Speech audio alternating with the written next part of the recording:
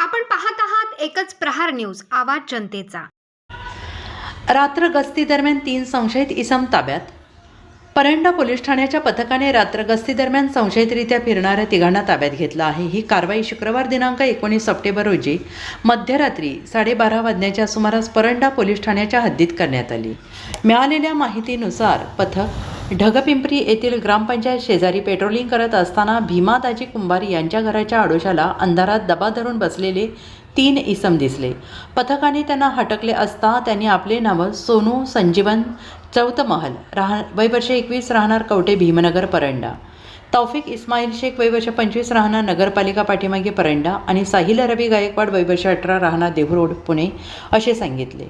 पोलिसांनी यावेळी अवेळी फिरण्याचे कारण विचारले असता तिघांनी उडवाउडवीची उत्तरे दिली, त्यामुळे ते गुन्हा करण्याच्या उद्देशाने येथे दबा धरून बसल्याचा पोलिसांचा संशय अधिकच बळावला।